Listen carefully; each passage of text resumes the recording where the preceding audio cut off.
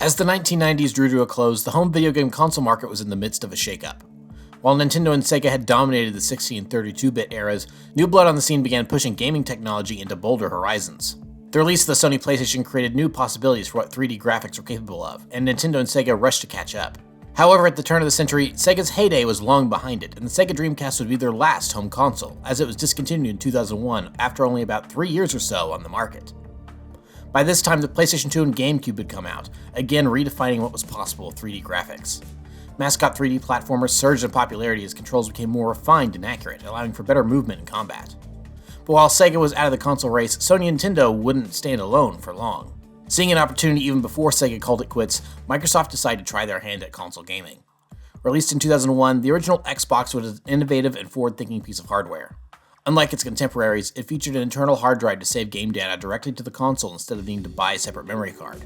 It also featured a built-in Ethernet port, allowing players to connect to the new online gaming network Xbox Live. This gave players easy access to multiplayer and other online features. While the console didn't quite give the PS2 a run for its money on the worldwide market, it wasn't long before the Xbox made a name for itself in the US. Several big games would launch exclusively on the console, such as BioWare's classic Star Wars: Knights of the Old Republic, but the true draw to the system quickly became the amount of shooters there were available, and one in particular quickly stood out from the rest. In the years since its release, the name has taken on something of a legendary status, and it became so popular that a whole breed of other first-person shooters would release to try and dethrone it. Even today, many still look back at this launch title as the benchmark for modern shooters, even if it's now 25 years old. Obviously, you know what I speak of. Halo: Combat Evolved. Developed by Bungie, this game went through quite the journey to reach market as the first big Xbox exclusive. Originally intended to launch on Apple computers when it was revealed in 1999, Bungie and the game were bought out by Microsoft and the game switched to then become part of the launch lineup for the Xbox. During development, the game took many forms, first as a real-time strategy game, then a third-person shooter, and finally, a first-person shooter. Oh, and at one point it was also supposed to be open world. As time went on though, the scope of the project changed as Bungie had to buckle down and actually make a finished video game. While the final product may have strayed from their original vision by a lot, the results spoke for themselves. What one could argue is, by accident, Bungie ended up creating a masterpiece that would help reshape the first-person shooter landscape and define the Xbox as a brand. While the game is legendary and beloved amongst gamers the world over, I've never actually played it before. I spent my formative years coming up into PlayStation and only ever heard of other kids at school talk about the fabled Halo. So as the game turns 25 this year, I'm finally playing it and taking a look back at what Halo did right to revolutionize the FPS landscape into what we know it is today. This is Halo: Combat Evolved.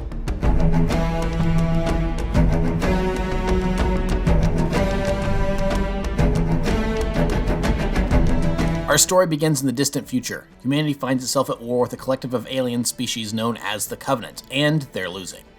They're losing so badly, in fact, we join the story as humanity flees from a devastating loss on the colony planet Reach. While running from their attackers, a single human ship jumps to a random point in space and finds a peculiar ring world before them. Led by the human Captain Keyes, he takes advice from an artificial intelligence known as Cortana on what their next step should be. Outmatched without any other options, they both agree to unleash their secret weapon as the Covenant prepare to board the ship. That weapon is a Spartan, an advanced human super soldier that's been specially modified and trained to overcome any odds that may lay ahead. This particular Spartan is number 117, also known as the Master Chief. It's funny to look back on this original title given how iconic Master Chief has become in the last 25 years.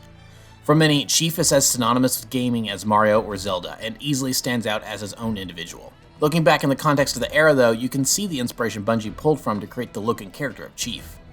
Look-wise, he appears to be a more armored version of Doom Guy, but with a hint of a BMX bike helmet thrown in there, for good measure. In terms of personality, Chief hails from a line of gruff and short-spoken characters such as Boba Fett and the Terminator. They don't speak often, but when they do, it's usually brief, short sentences. For some stories, this might create narrative issues, but for Halo, it works perfectly. At least in this original game, Chief is less a character and more an extension of the player. This allows you to pay more attention to the world building and inhabit the shoes of Master Chief a little more authentically. The world of Halo is as foreign to Chief as it is to us. While Cortana may pose questions about what's going on, they usually just prompt more curiosity out of the player as she makes observations. For as much as I've heard about the Halo games over the years, this perhaps is what surprised me the most. For all the talk of the world and lore of Halo, Combat Evolved is surprisingly light on story, but I think it works best this way. It serves as a good, if basic, introduction to the world, but gives the setting plenty of space to be built upon later. But even though Chief doesn't say too much, the story never feels dull or boring. Between plenty to explore and lots of aliens to fight, you're always doing something, and the game also has a decent sense of humor that surprised me. Despite his over-serious appearance, Chief isn't some one-note brute and does have some decent quips and one-liners even if he doesn't use them often. But I think what really makes him work is the voice acting from Steve Downes, who imbues each line with a surprising amount of warmth for someone who's supposed to be the ultimate weapon. This is further aided through Chief's relationship with the AI Cortana, voiced by Jen Taylor. Sleep well? No thanks to your driving, yes. So you did miss me. As the Covenant board the ship, the Pillar of Autumn, Captain Keyes has no choice but to force the ship down on the nearby ring world and command its crew to evacuate. That includes Cortana, who is a shipboard AI, carries vital intelligence about humanity that the Covenant can't get. While Keyes pilots the ship manually, he has Chief upload Cortana into his armor systems, making the pair partners for the remainder of the game. The duo manage to escape from the crashing Pillar of Autumn on board an escape pod and land on the ring world, or as it will come to be known as, Halo. Once on solid ground again, Chief and Cortana make their way across the alien landscape and the game really begins to open up. This is where some of Bungie's open world ambitions can still be felt in the final product, and you really get a better sense for the main combat loop in the game. There are 3 major enemy types you'll face in the game in terms of the Covenant foot soldiers. First are the Grunts, by far the most numerous enemy type, but the least dangerous. These little guys are just as likely to run away from you as they are to fight you, and sometimes it's not even worth finishing them off. Next up are the Jackals. These aliens hide behind laser shields and try to pick you off from a distance, but can easily be beaten down with a single punch. The real challenge are the Elites. These aliens are the big boys, and aside from having stronger firepower than the other 2 enemy types, they also have a full body energy shield, just like the Master Chief. While Grunts and Jackals will go down with 1 or 2 shots, you have to focus fire on the Elites for longer to pierce their shields and bring them down. As the main enemy units you'll face for most of the game, it's a pretty decent variety of foes that will keep you shifting tactics during combat. Sometimes it's not worth wasting ammo on the little guys and you can just run in and beat everyone to death. Other times you might get backed into a corner and need to rely on grenades to take down the elite shield so they're easier to kill. All in all, it makes for a satisfying gameplay loop, but that shouldn't be surprising given who the developers were at the time. By the time Halo released, Bungie was no stranger to making FPS games. By 2001, they had already made 4 of them on Mac. But Halo was different. Those earlier games, from what I can tell, were all your basic Doom clones that were prevalent at the time. Everyone and their mother made a Doom clone back then, from LucasArts to Insomniac. But something most of those games had in common is that many of them were built for mouse and keyboard, and those that weren't didn't control all that well, but they were products of their time. Compared to other first-person shooters at the time, Halo was a huge step up. While it feels a little dated to play now, the fact that it only feels a little dated and not totally antiquated says a lot about how well this game performs 25 years later. That being said, it's still not perfect, and I'll explain why in a moment. For now, Master Chief and Cortana make their way across Halo to rescue stranded squads of Marines that are being ambushed by Covenant forces. This really begins to build the mystery around Halo. On the surface, it appears to be a lush world like Earth, but alien architecture sticks out of the caves and surfaces all over the place, and it quickly becomes clear this isn't Covenant technology. We get a first-hand look at what the Covenant ships and technology look like when Chief and the Marines infiltrate a ship to rescue Captain Keyes. The Covenant art style is all round shapes, swirls, and dark colors like purple and blue. These other installations are a shiny metallic gray, and the Covenant stick out in them like a sore thumb. It also soon becomes clear that these underground bunkers span the entirety of Halo, and the ground on top is more or less grown on top of the original installations. The trees, water, and even the atmosphere simply spawned as various space debris collected over the years as the ring floated in space. Without any feasible way off the ring, understanding it is the humans' best chance for survival, so they set out to find what the Covenant call the Silent Cartographer, which is where the game begins showing some of its worst flaws. While the level design above ground is easy to move around in and tell where you're going, anytime you move underground into Halo itself, things can get confusing. Chief has to fight down several identical looking corridors and rooms that give you the impression you're fighting in the same room over and over and over again. The layout of these rooms are kind of an oval shape with a box in the middle. Once you enter and start fighting bad guys, it becomes easy to lose your sense of direction and not know where you are. This is an issue that becomes more and more prevalent as the game continues, as not only does Chief fight his way through much of the installation, he also ends up doing some backtracking as well. So if fighting through one repetitive area was bad enough, the last act of the game will have you do it a second time, but now in reverse. Now, Bungie did have a good reason for this, as they did it to save time on development, but boy, does seeing the same gray single-lane hallways over and over again get boring after a while. Thankfully, the game does take time to change things up often so you don't get totally bogged down with the monotony. For instance, Halo features some larger scale vehicle levels that allow you to drive tanks and fly jets. These vehicles further help sell you on the power fantasy that Halo is offering. You might be outnumbered on a hostile alien world, but by golly are you going to make those aliens bleed for as long as you can. So while the repetitive hallways can get a little tiring, usually there's at least something fresh just around the corner pretty frequently, such as new enemy types in the hunters. I don't know if they started the attacking them from behind is the only way to kill them trend, but they're pretty much the perfect embodiment of it. Finally, after lots of fighting against seemingly insurmountable odds, Chief makes it to Halo's control center and plugs Cortana into the system. Once in, they realize that Halo is a massive weapon, once built by a long-dead civilization that predates both humanity and the Covenant. But the fact that they've stumbled on a giant superweapon floating in space doesn't seem all that important, as Cortana tells Chief that there's something else on the ring and it has the Covenant afraid. While Cortana deciphers more of the alien computer system, she sends Chief to stop Captain Keyes from reaching whatever it has both the Covenant and Cortana so afraid. Chief is dropped off in a swamp following a skirmish and begins retracing the steps of Keyes and his men. He follows their trail inside another bunker and finds what's left of them, torn to shreds, and only one traumatized survivor among them. Chief grabs the data drive from a Marine's helmet and watches back the footage to see what happened. Keyes and the others were attacked by some sort of swarm of small creatures, and soon enough, they too come for Chief. But the swarm of smaller creatures aren't the only threat, as it seems that those small creatures have the ability to reanimate the dead into zombies.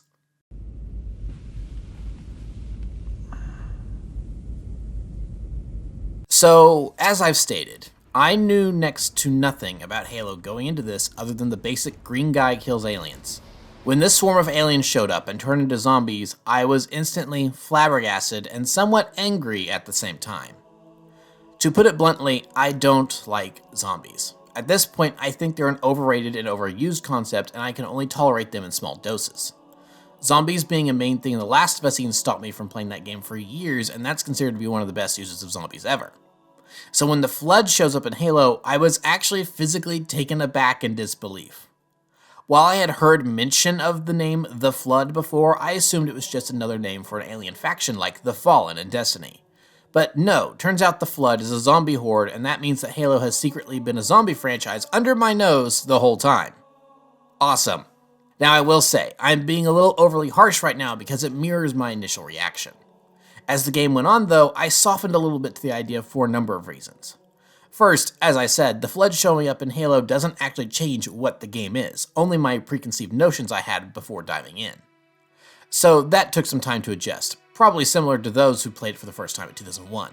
Secondly, the Flood doesn't operate as any old regular zombie virus that turns people into mindless monsters.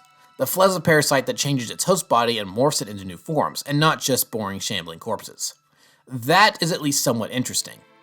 Also, the Flood adopts the intelligence and memories of its host body and operates as a hive mind. So if one Marine knows the square root of pi and gets infected, then suddenly everyone that's infected knows the square root of pi. That makes the Flood a viable galactic threat, as instead of simply taking over corpses to feed some sort of unquenchable hunger, it's expanding its own intelligence and evolving as a being, and thanks to the number of beings it's infected already, it knows how to fly a spaceship. Also, given when the game originally launched, I don't think zombies were quite as overplayed then as they are now. Sure, they were known of, and there were a few Resident Evil and other type games out by that point, but I don't think they would quite reach the apex of their popularity like they would by the 2010s. So, because of when the game came out, because they're at least doing something a little different with the idea, I shall give the Flood a pass.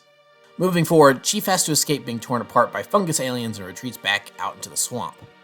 The retreat from the Flood is probably one of my favorite moments in the game, as it proved to me that the Flood wasn't just another horde enemy. While the small spores will try and swarm you, the larger forms offer various other attacks. Elites and Marines that have been taken over will actually shoot at you with the weapons they still possess, and if they run out of ammo or you shoot their arms off, they'll just resort to charging you. Meanwhile, grunts that have been effective serve as little pod bombs that will spread the swarmers and knock back anything in the vicinity. These can actually be really helpful at thinning the herd out, as they'll deal damage to their own kind. But what's especially distressing is finding a group of retreating Marines and falling back with them only to watch several of them inevitably get consumed by the Flood and appropriated into their ranks. In the midst of this retreat though, Chief is approached by a floating robot of some sort, which claims to be the keeper of Halo. 343 Guilty Spark, as it calls itself, needs help defeating the Flood, and so teleports Chief away to the infamous library level. In doing research after I beat the game, I discovered that this section is often derided by the Halo community for being a slog to get through. Many say that it's too long, is copy-pasted in some areas, which makes navigating difficult and can get too hard at times. While I see where they're coming from, I didn't really have much of a problem with this level. Now, I will say, I played the game on easy so I could experience the story for the first time, so that may play a factor into my thoughts here. But on harder difficulties, I can absolutely see that the confusing environment and hordes of enemies can make this area extremely annoying. But for me, I found the control center corridors much more arduous to get through. Either way though, as with most zombie fiction, the shotgun is your best friend. After Chief fights his way past the flood, he grabs a device that Guilty Spark says will activate Halo's weapon system and destroy it. Spark teleports them back to the main control room so Chief can activate the weapon, but not before Cortana stops them. She explains that not only will Halo wipe out the flood, but anything else organic for several thousand light years. Guilty Spark didn't mention this not because he was trying to trick Chief, but because he somehow thought he already knew. Spark then states if Chief isn't willing to do what is necessary, he'll eliminate him and Cortana and find someone else who will. So, once again, Master Chief and Cortana are on the run from aliens, infected humans, infected aliens, and now killer robots. Thankfully, Cortana has a plan to destroy the Flood and Halo so it can't be used to wipe out the galaxy. She teleports them to the same Covenant ship from before so they can once again rescue Captain Keyes, so they can use its security clearance on the Pillar of Autumn to overcharge the reactor and destroy it along with Halo. While much of the following level and the previous one takes place in familiar locales again, I give them points for the fact that at times you can just kind of ignore what's going on and be on your way. The Covenant are being attacked by the Flood, and if you don't engage at certain points, you can let them duke it out and keep going. I always appreciate when a game allows you to feel like you're part of a larger world, instead of the world feeling like it exists solely to serve your experience. So, Chief manages to find Keyes, only to discover that the Captain has been assimilated into a gross flesh monster. Without much other choice, Chief steals Keyes' neural interface directly out of the Captain's skull and steals a ride back to the Pillar of Autumn. When Chief and Cortana arrive, their plan to activate the self-destruct is foiled by Guilty Spark, who deduced Cortana's intentions after studying her code. Without any other options, they're forced to detonate the core manually in the old-fashioned way, by throwing grenades into it until it overloads and melts down. With limited time until detonation, we get probably one of the most frustrating ending sections to a video game I've ever played, and something I've omitted talking about until now. Across the campaign, there are several more open sections where the player has some freedom to explore and use vehicles to get around. Saving the Marines after landing on Halo, the search for the map room, and the assault on the control room are some examples to name a few. The main vehicle available to you in these sections is what's known as the Warthog. Now, the Warthog in Halo is famous in gaming circles, and one of the big things people just know about the series even if they don't know much. It's one of the things I was looking forward to the most when I sat down to play this game for the first time, and, well, I hate it. At least here in Combat Evolved. If any part of this game has not aged well at all, it's the Warthog controls. If I had to guess, the control scheme and coding is something left over from the days when Halo was meant to be on Mac computers and play with a keyboard and mouse. The player moves the vehicle forward by pushing up on the left stick, and then it moves in whatever direction the camera is facing. On paper, this doesn't sound too bad, but gee whiz, it makes turning in any direction other than straight a pain and cuts your momentum off of the kneecaps, often resulting in hilarious crashes that'll send you and your squad mates flying out. So why is this such a problem with the ending, you may ask? Well, because the final moments of the game are a Warthog drive across the wreck of the Pillar of Autumn to reach a docked ship, and the only salvation from Halo's imminent destruction. In your path are plenty of obstacles, turns, and enemies shooting at you, and to make matters worse, you have a limited amount of time to complete it. At least on my playthrough on easy mode, it seems like there's plenty of time to reach your objective. But near the end, there's a giant jump, and if you don't land it just right, your Warthog will explode on impact, and you'll have to do the whole thing over again from the start. This happened to me several times before I finally managed to land it perfectly and reach the end. But with that, Chief and Cortana board the docked ship, blast off, and wave goodbye to Halo as it explodes, saving both humanity and the galaxy at large. While it does show its age in a few areas, I think the game holds up spectacularly well by today's standards. The base game settings for the movement feel a little slow and clunky, but it's not a hindrance for someone used to modern sensibilities at all. It may take a little bit to adjust to, but I did so pretty well, and despite some repeated corridors on occasion, I really enjoyed exploring the ring. Another thing about this game that I haven't really had much of a chance to mention yet is the physics engine. This has got to be one of the best physics engines I've ever seen. As someone who loves ragdoll physics in games, grenades and other explosives will send enemies and other objects flying. For better or for worse, this also applies to the vehicles, and if it weren't for the final Warthog run, I'd love how goofy everything controls. Are they as snappy or responsive as you'd find nowadays? No, but most of the levels they appear in, their janky physics just make them all the more fun to mess around and kill enemies with. But whatever small issues I may have had at times were often also alleviated by the music. Now, I'm not the most musically knowledgeable, so I've pretty much avoided talking about music while doing videos like these, as I don't feel like I know enough to discuss it properly. But I have to make an exception here. The original score by Marty O'Donnell and Michael Salvatore is legendary, and one of the things that I think really helped launch this game into the stratosphere. While game consoles were getting more powerful and could contain better quality audio at the time, full symphony-scored soundtracks weren't all that common. While you had a few games like Metal Gear Solid that would use that kind of music from well-known composers, it was an exception rather than the rule. While the high-quality sounding music in Halo certainly helped to make it so memorable, it's also just a darn good soundtrack. There is a reason that the bunch of high school or college guys standing in a bathroom singing Halo meme took off a few years ago. The soundtrack is iconic and really helped sell the world that Halo was trying to build. I'm sure there's other videos out there that can do a better job explaining than I can, so I'll just leave it at that. And for a final note, I'll talk about the graphics. I played Combat Evolved through the Master Chief Collection and used the anniversary graphics as opposed to the original. I did go back and play a mission or two so I could directly compare, and there were some surprising differences. From my research, it seems that the Halo community has a big issue with the remaster, and after comparing, I think I can see why. While overall the graphics were probably an improvement, there did seem to be just a little something missing in the overall atmosphere. It seems like the remaster seems to have brightened many of the levels to make it easier to see, especially inside the Halo structure. But in doing so, the level design seems to have lost some of the detail that helped add to the mood and mystery in what you were discovering. Walking through these hallways in the original versus the remaster seems to give off two completely different vibes, and that's not even mentioning certain effects like blood and the elite shield shattering being much more obvious in the original. Also, I'm not sure if this is a remaster issue versus an original issue, but a handful of cutscenes are a little broken, it seems. Sometimes characters will just pop in and out randomly and glitch out or stand in place for a moment before disappearing. One of the reasons I wonder if this is a remaster-only issue is if the original cutscenes were in a 4:3 aspect ratio versus the modern 16:9. If they were in the smaller aspect ratio back then several of the characters popping in and out probably wouldn't have been noticeable. But stretch the aspect ratio from full screen to widescreen, that's going to be more of an issue. A peek behind the curtain at the time, if you will. Whatever the answer, these aren't big enough issues to really make me complain that much. As I've been pointing out throughout the whole video, the game still holds up really well.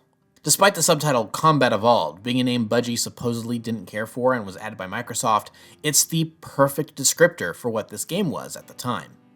Microsoft struck gold when they brought Bungie on board and helped turn both Halo and the Xbox into household names. This game made so many advancements and was so well-received when it launched, developers quickly switched from making Doom clones to Halo killers, and the next several years were filled with wannabe copycats trying their hardest to capture some of Halo's quickly ballooning audience. It was probably easy to tell early on that they had a success on their hands, and Bungie's next game would clearly have some big shoes to fill. Combat Evolved became the original Xbox's second best-selling game of all time, with only one other title beating it out. That game would end up being this game's successor, Halo 2. Halo. It's finished. No. I think we're just getting started.